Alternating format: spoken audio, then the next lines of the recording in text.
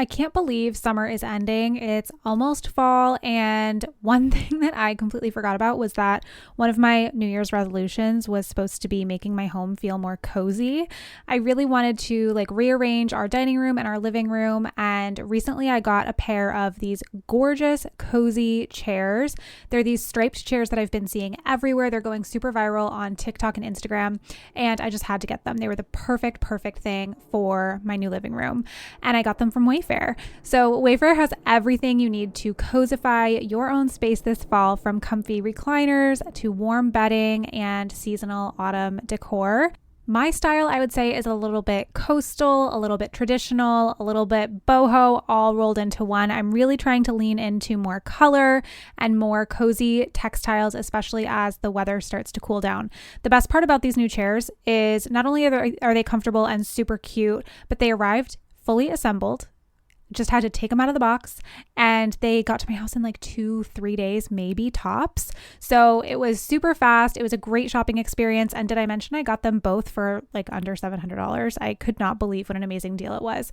So you can shop at Wayfair and get anything you need, from bedding and bath basics to your work from home setups to a living room refresh like myself. There's something for every style, every home, and every budget. Plus, there's free and easy delivery, even on big stuff, big furniture. So there's no need to make multiple stops at all different stores. You can get everything you need from Wayfair. You can cozify your space with their curated collection of easy, affordable fall updates, from comfy recliners to cozy bedding and autumn decor. Find it all for way less at wayfair.com. That's Wayfair, Wayfair.com. Wayfair, every style, every home.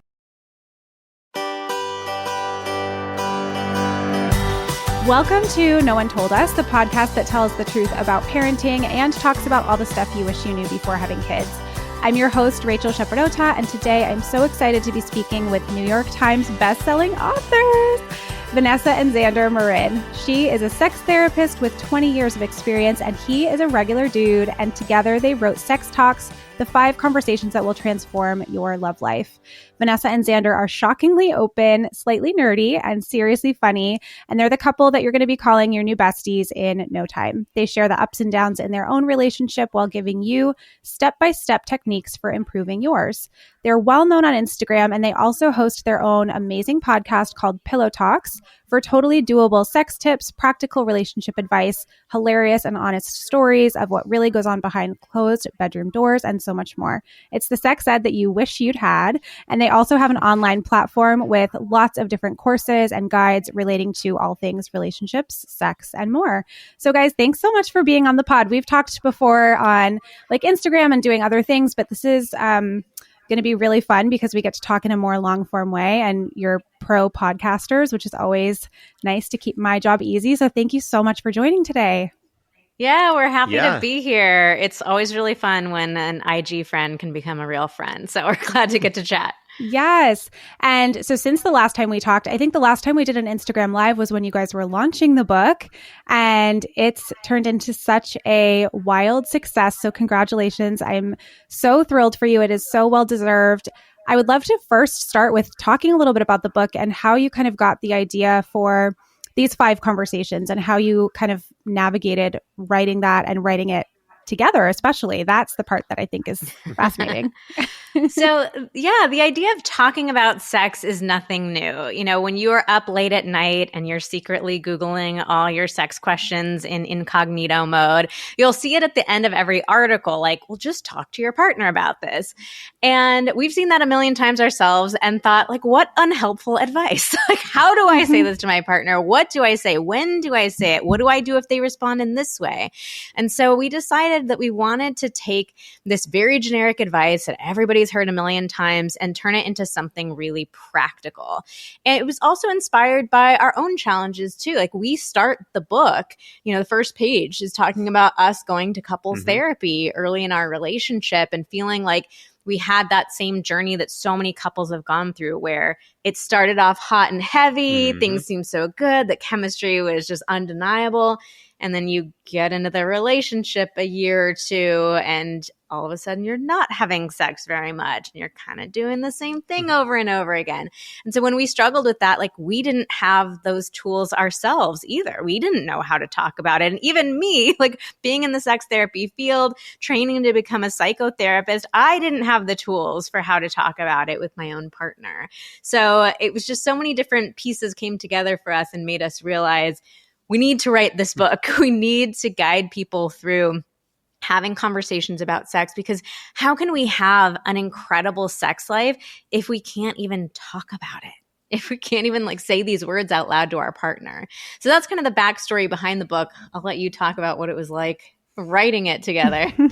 Well, when Vanessa was initially going through the process of figuring out what was going to go in the book proposal, before I even got involved, I think originally you had like 16 or 17 different conversations. Oh yeah, I had a lot. that you thought everybody needed to have. And, once we actually signed with the publishing house and got an editor, the editor was like, hold on a second, like, nobody wants to do 16 of anything. Like, how can we cut this down, and how can we streamline this into, something that is going to feel really doable? And so we did manage to sneak many or most of those 16 conversations into these 5 larger categories. But as we were going through that process of refining and talking about it, Vanessa had this idea of, like, what if Xander came in and kind of did a short section in each chapter where kind of like I get to give my take, because, I've experienced most of these things myself. What is my perspective as a husband, as a man, as a someone that hasn't trained for their entire career to do this. And so it was a really fun opportunity for me to get to just talk about, here are the things that I've observed in my own relationship. Here are things I've observed amongst my friends. Here's how I've experienced it. And so it was really fun to get to be involved like that. And fortunately, it was pretty easy for us because, my sections were kind of separate from Vanessa's. But, we still collaborated throughout the whole process. Well, we had to do a lot of homework in writing the book. It's like, if we're telling people to have these conversations, we need to have these conversations too. Yeah. Right. And it was interesting that even certain parts of it, like little specific details, there were things that we had never talked about or hadn't talked about in a really long time. Yeah, totally forgotten about. Yeah, we got to have a ton of really amazing conversations, and it brought us closer together. Yeah. So that really helped us feel like this is definitely a book that any couple can benefit from. That's so cool. Do you have one particular conversation or section from the book that you feel particularly passionate about or think is like the most important? Or do you think that they're all super important? Like, you already whittled it down as much as you possibly could. People have to take in all of it. It's hard to pick one conversation that I think is the most powerful out of all of them, because they each have their unique strengths and benefits. I will say, though, one conversation that a lot of people didn't expect us to have is conversation 2, connection. I think a lot of people think, well, this is a sex book. What are you talking about? Like, emotional connection. That's kind of a separate thing. But I think that's the thing that makes our business so unique and that we do really well, is we're not talking about sex as just a purely physical act. We're talking about the actual like emotional intimacy that goes into it. And what we've discovered over the course of our work is that so many couples are feeling wildly disconnected from each other. Like, we feel like roommates rather than romantic partners. We feel like ships passing in the night. We feel like we're calendar managers together, but not actual romantic partners. And for so many people, and I will say like women in particular, it's really hard to get excited about being intimate with your partner or to feel safe to try something new in the bedroom when you're feeling like this is a stranger crawling into my bed at the end of the night. So being able to break down this conversation and also give people like, I know that the idea of emotional intimacy or emotional connection, it feels like this huge topic. Like, how do we even start to rebuild if we're feeling so disconnected? But I loved that we were able to break it down into very practical steps to give people like, we know you're tired. We know you're busy, but here are the little things to do that are going to give you the biggest bang for your buck and actually get you feeling closer to each other again. And I'd throw in a quick little plug for conversation for pleasure. I think that's such an important one because especially in male-female relationships, there are a lot of misconceptions, misunderstandings about how pleasure really works. And very often it is for women. Yeah, especially. it is both men and women not fully understanding or not understanding much at all how female pleasure works and having this idea that it's really hard or really complicated compared to men's pleasure. And the reality is there's nothing hard or complicated about it. It's just that we have seen portrayed is, sex that prioritizes male pleasure. Mm-hmm. And there are some very simple and straightforward things to do once you know how the female anatomy really works that's going to make sex feel just as pleasurable for both partners. Because at the end of the day, if you are not enjoying something, why would you be craving it? It's kind of similar to the connection thing. Like if you don't feel, safe and secure in your attachment, why are you going to want to have sex? Even if you are nice and connected, like why would you be craving sex that is not particularly enjoyable for you? So I think it's so important that we just get all that stuff out there, get everybody on the same page about it. And I think that the connection and the pleasure are two of the quickest pathways to increase desire and more happiness and enjoyment. For sure. I think those points are so important too. And that's why I love your book. And I always recommend it to parents because like you said, there are so many like quick little, really actionable, really realistic things that we can do. I mean, most of the people that we're talking to today are parents and especially new parents with really little kids or babies. And Vanessa, you were talking about how hard it can be to have that roommate phase and that, ships passing in the night. And that just hits the nail on the head. When you become a parent, especially for the first time, or you have really young kids with high needs, especially high needs of, the mom in many cases, physically too, it can be really hard to kind of keep that connection with your partner because you do turn into roommates. Do you think that there's a piece where parents should be worried about a roommate phase, or is it something totally normal that they just need to get through? Do they need to work to get out of it? What do you think about the roommate phase? I can't believe summer is ending. It's almost fall. And one thing that I completely forgot about was that one of my New Year's resolutions was supposed to be making my home feel more cozy. I really wanted to rearrange our dining room and our living room. And recently I got a pair of these gorgeous, cozy chairs. They're these striped chairs that I've been seeing everywhere. They're going super viral on TikTok and Instagram. And I just had to get them. They were the perfect thing for my new living room. And I got them from Wayfair. So Wayfair has everything you need to cozify your own space this fall, from comfy recliners to warm bedding and seasonal autumn decor. My style, I would say, is a little bit coastal, a little bit traditional, a little bit boho, all rolled into one. I'm really trying to lean into more color and more cozy textiles, especially as the weather starts to cool down. The best part about these new chairs is not only are they comfortable and super cute, but they arrived fully assembled. Just had to take them out of the box, and they got to my house in 2-3 days, maybe tops. So it was super fast. It was a great shopping experience. And did I mention I got them both for under $700? I could not believe what an amazing deal it was. So you can shop at Wayfair and get anything you need, from bedding and bath basics to your work from home setups to a living room refresh like myself.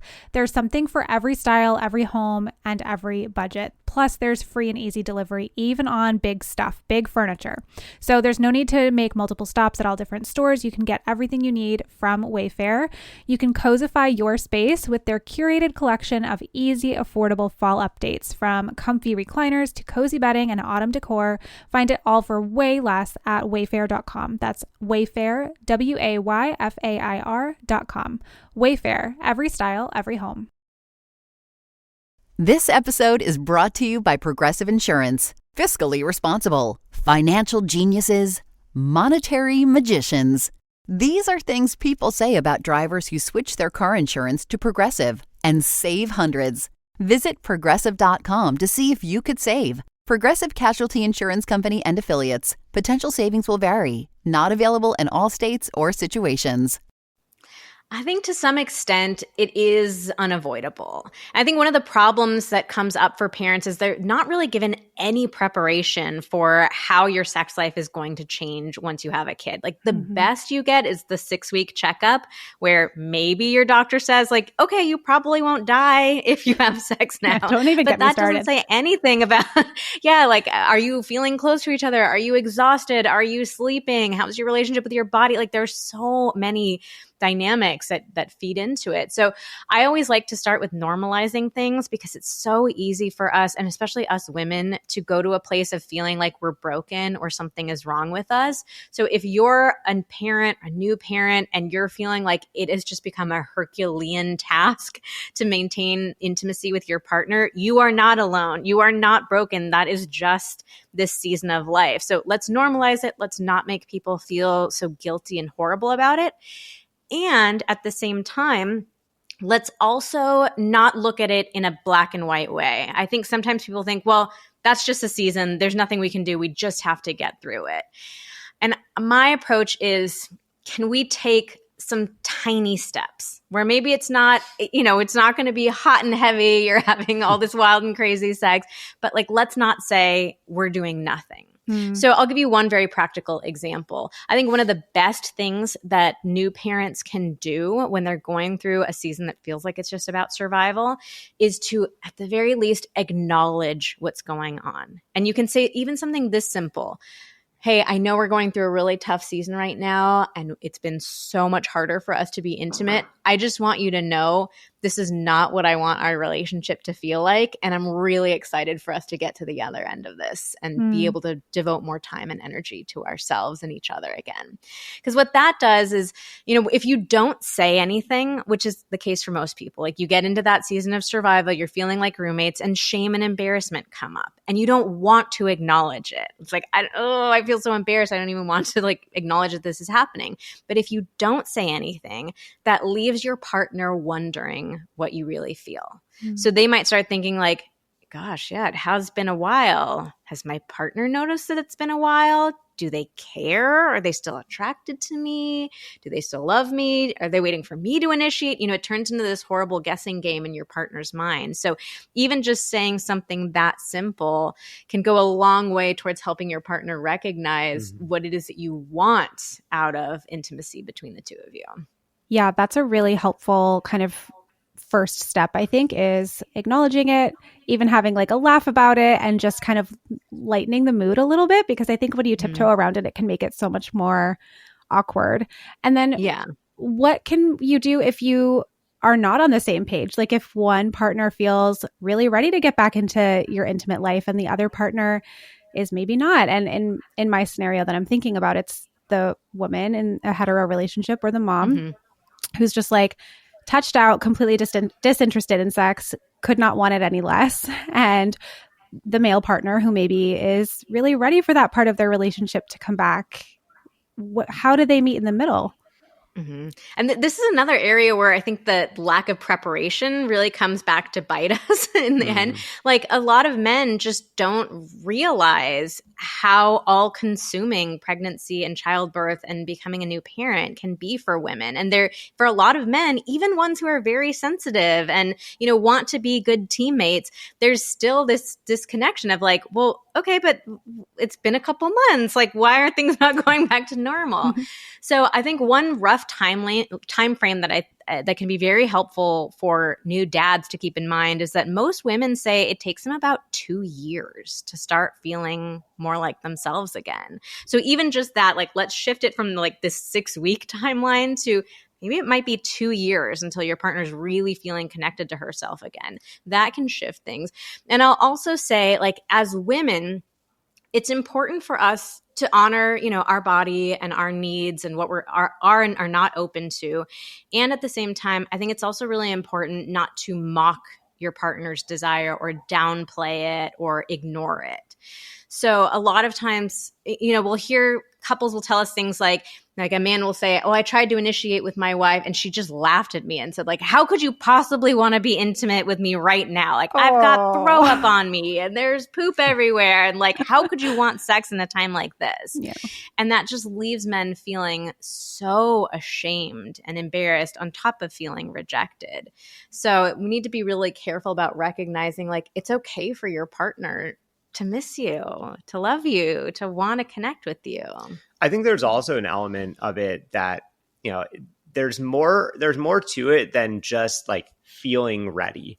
And I think it's easy to fall into that trap, especially as a guy, because it's like, okay, you know, she had the baby, some time has gone by, I'm feeling ready again. Like, you just feeling that feeling of like, okay, I'm good to go. Like, I want this part of my life back. And I think that having had that experience, it can be easy to be like, okay, well, I feel ready. All I need now is my partner to feel ready. And like, you know, me feeling ready is a me thing. Her feeling ready is a her thing, so that it can create this dynamic of like, okay, well, we're just waiting around for her to feel ready, rather than being like, what can I do to support you feeling more ready? What can I do to help move the needle? Because, you know, Rachel, you mentioned like feeling touched out or being overloaded. Like, what are things that I can do to help, you know, to help decrease some of these things? Like, how can I support giving you a little bit of alone time after being touched by the kids all day so that you have some time to cool off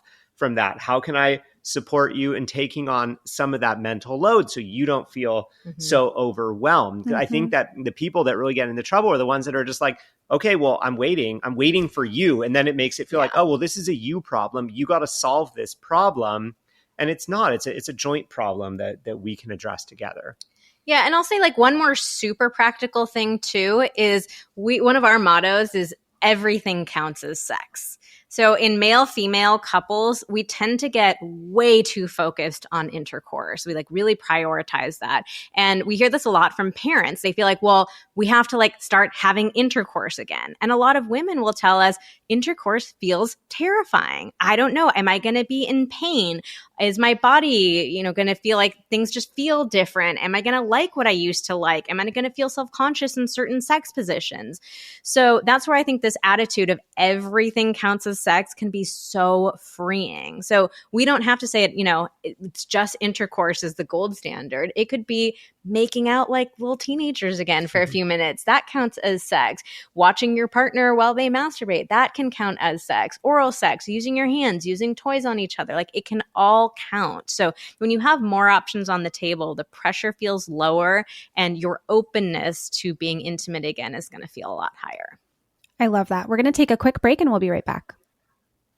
So you guys mentioned something that I think is so important, and it reminded me of this kind of like joke or trope or whatever, that foreplay is not in the bedroom. Foreplay can be loading the dishwasher for your partner. Foreplay can be taking the kids on a walk so that your wife can take a shower by herself without being, you know, harassed.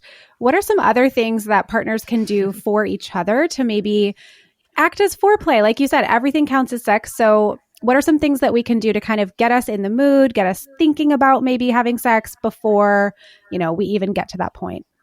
Another one of our mottos is foreplay is all day. Yes, love it. It really is. Like, it's not just for most of us, foreplay is like 30 seconds of rushed groping before we're moving on to intercourse. But that's such a narrow and unhelpful way of approaching foreplay. Like, foreplay truly is the way that you interact with each other all throughout the day. I think every little interaction is either going to bring you closer to each other or repel you further away from each other. So really trying to think about, like, if I want to be intimate with my partner at the end of the night, how do I need to treat them throughout the day in order for it to feel like we're going to be able to get there? So I think it's such a personal thing that I think it's a great conversation for partners to have. So I love asking this question, like, if I want to be intimate with you tonight, what are some things that I can do during the day that will help you feel excited about that? So for some people, it might be like, helping out with the chores. For some people, it might be childcare, like taking over, you know, some certain amount of time. It might be giving me some alone time. It might be the two of us having some quality time. So it's not just like, we're disconnected all day and now we're trying to have intercourse right away. So ask your partner, ask them to come up with like 3 or 4 specific things that would be really beneficial for them. Monday Sidekick, the AI agent that knows you and your business, thinks ahead and takes action. Ask it anything. Seriously. Monday Sidekick, AI you'll love to use. Start a free trial today on monday.com. Hi, everyone. This is Jenny Moniz from We Didn't Turn Out Okay podcast. Did you know at Great Wolf Lodge, there's adventure for the whole family? You and your pack can splash away in the indoor water park where it's always 84 degrees. There's a massive wave pool, a lazy river, and tons of water slides for your pack to enjoy together. And the fun doesn't stop there. Get ready to explore and play at adventure-packed attractions from Magi Quest, a live action game that takes place throughout the lodge to the Northern Lights Arcade. There's also a bunch of great dining options and complimentary daily events like nightly dance parties, all under one roof. And the best part, with 23 lodges across the country, you're always only a short drive away from adventure. As a parent who loves family adventures, I love when everything's in one place. It's why I can't wait to take my family to Great Wolf Lodge. So bring your pack together at a lodge near you, book your stay today at greatwolf.com, and strengthen the pack. I love that. How does this actually work? So from a therapist, with a therapist lens, how does it actually work, that kind of lead up and that emotional connection leads to, later wanting to have sex or feeling that intimacy and that emotional fulfillment? So for a lot of people, it just feels like, there's so much disconnection that the idea of being intimate with somebody, it feels kind of scary, honestly. Like it just feels like this enormous leap. And even though this is the person that you love, you've spent so much time together, you trust them, you've probably had good experiences with intimacy in the past. Like when you're feeling that level of disconnection from them, it feels like this enormous leap to go into physical intimacy. So for a lot of people, like creating that connection, it brings the sense of safety back. And it also brings desire into it as well. Like when I feel connected, it's making me remember like, oh, here are the things that I love about you. Here's what's so good about the two of us. And, all these great memories that we've had, the funny inside jokes that we create. It just creates that desire for even more closeness. But for a lot of people, going from 0 to 60 feels really hard. Yeah. And I think for people who are, in kind of those early years of parenting, it just is something that happens without us even realizing. And all of a sudden you look at your partner and you're like, holy shit, I don't think we've had an actual conversation in 2 weeks, or, we haven't been intimate in a couple of months. And then it just kind of builds and builds and builds, and it's hard to get back. I think as women too, we want to feel wanted for who we are. Like if you're feeling disconnected from your partner and they're coming in hot and heavy with the initiation, it's very easy for us to write this off as like, well, is this really about me, or is this more about you and your needs? And we also have a lot of sensitivity to this. It's very easy for us to feel undesirable and unwanted, so all that can come in. But when we have that emotional connection, it makes sex feel so much more personal. Like, you're wanting to connect with me. You're wanting to be with me, not just you're wanting to have a sexual experience. For sure. We're going to take one more quick break. And when we come back, I would really love to hear about what we should do when we're feeling disconnected and we don't know how to fix it.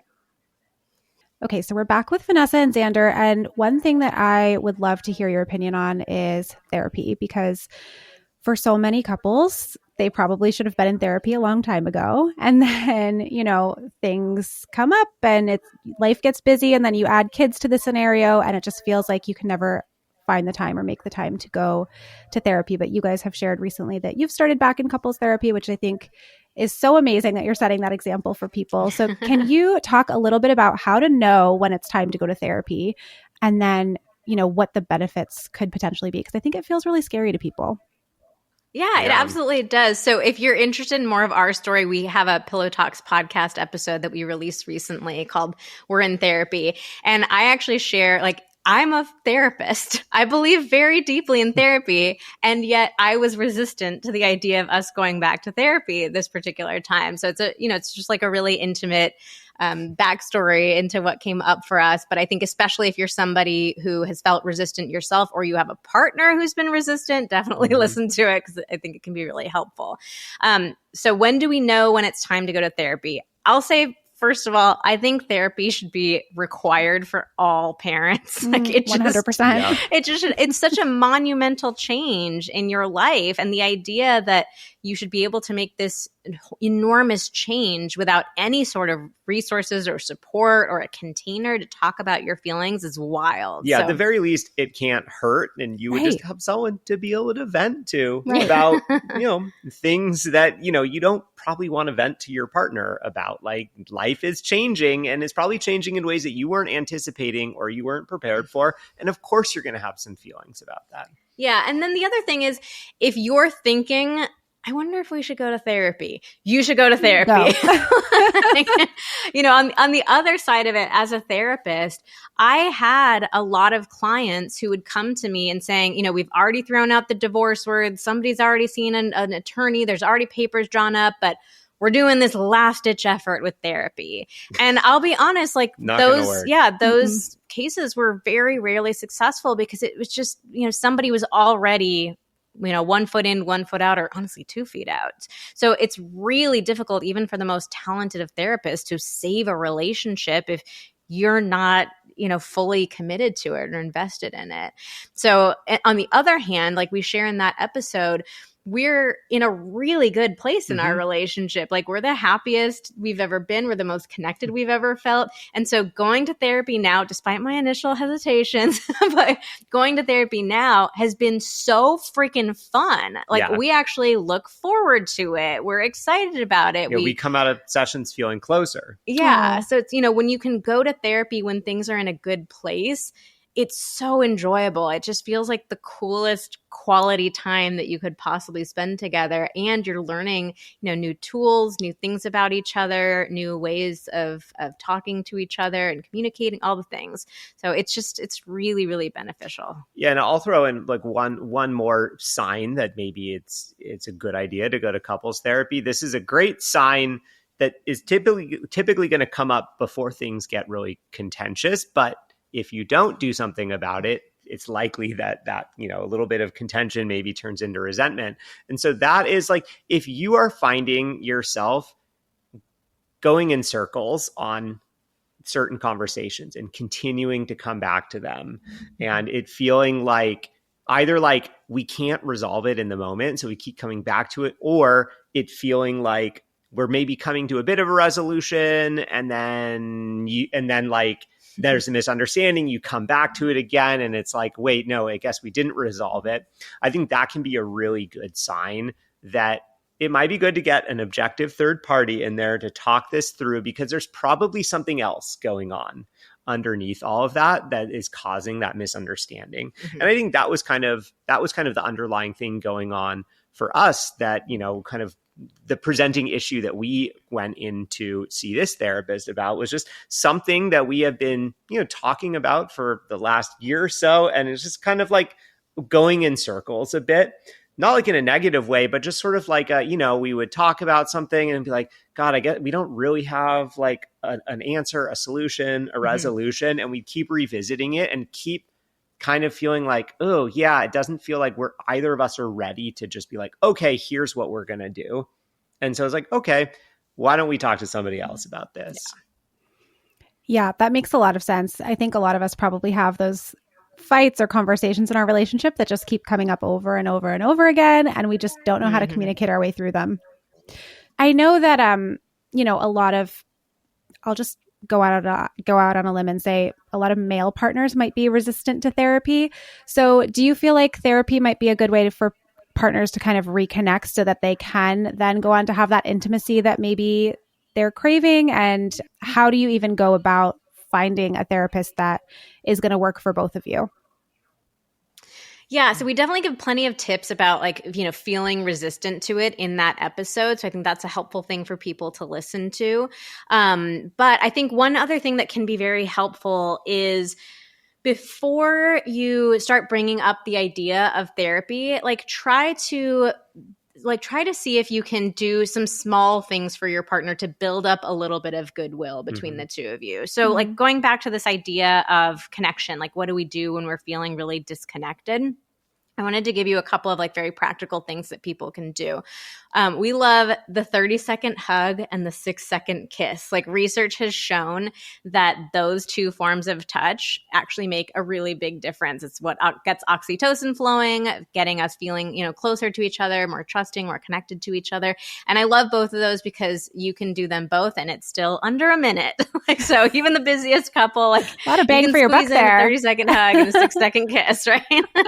So I think trying little things like that. And then another one that I always talk about is expressing gratitude and appreciation for each other. So research has shown that gratitude is actually the number one predictor of marital success. Really? And, we've all heard about gratitude, but there's this kind of oh yeah, get out your gratitude journal, whatever. We roll our eyes at it a little bit, but research has actually shown it's incredibly powerful. So if you are already having this feeling of, I want to bring this up with my partner, but I think they're going to be a little resistant, try some of those little things like that. So you start building up a bit of goodwill, between your partner, and that might make them feel a bit more open to it.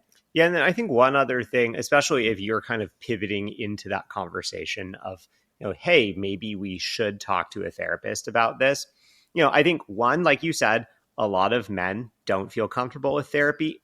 A lot of that is probably because they haven't had any personal experience with it.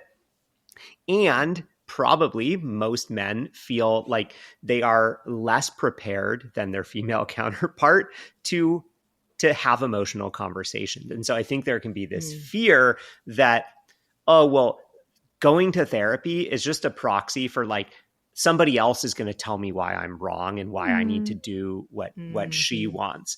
And that could not be further from the truth. I think what's really interesting, what you find when you go to couples therapy is the couples therapist's job is to not be on anybody's side other than the relationship, really. And so what either of you have to say is equally valid. And, I think that a lot of men would be very surprised once they get into couples therapy, just how much that couples therapist is going to be willing to listen to them and hear what they're saying and help them express it in a way that their partner is going to understand.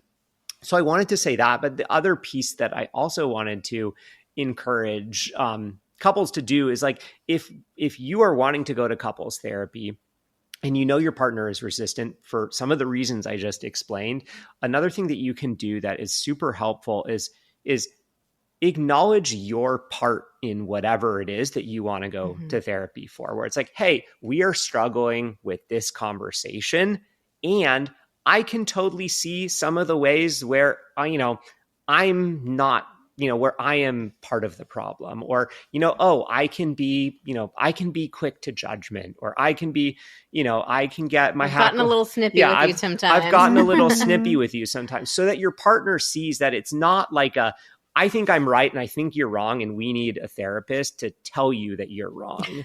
Oh my gosh, yeah. We're going to gang up on you. I was going to say, I think that's such good advice because I think most men assume that going to therapy is just going to be a complete ambush and a gang up. And that's just not the case. I love that you brought that up. Definitely not the case. Therapy, though, can be kind of cost prohibitive and can, take a lot of time. And so what are some things that couples can do if they are not really in a place where they can go to, a weekly therapy session? I know you guys have lots of resources on your page and on your podcast. Where would you kind of recommend people start? Yeah, so we have a ton of great guides and courses that we've created because we do understand, all the challenges of going in person. I started my practice seeing people one-on-one in that traditional therapy setting. And yeah, it is very expensive and it does take a lot of time. So I wanted to figure out how can I completely support therapy and therapists, and I see the value in it. And I wanted to create another option for people who, therapy just wasn't going to be accessible for. So we've created tons of amazing guides and courses that teach all of our sex therapy, techniques, and a lot of stuff about emotional connection, all of that. So everything that we have is at vmtherapy.com, and you'll find little descriptions of everything.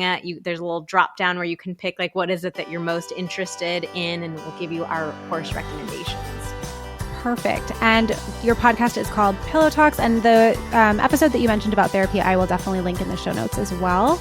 Well, thank you so much, you guys. This was such a great conversation, and I think it's, again, just so important that people talk about this stuff, and I love that you're making it a little easier to talk about. So thank you. Thanks so much for having us. Thank you.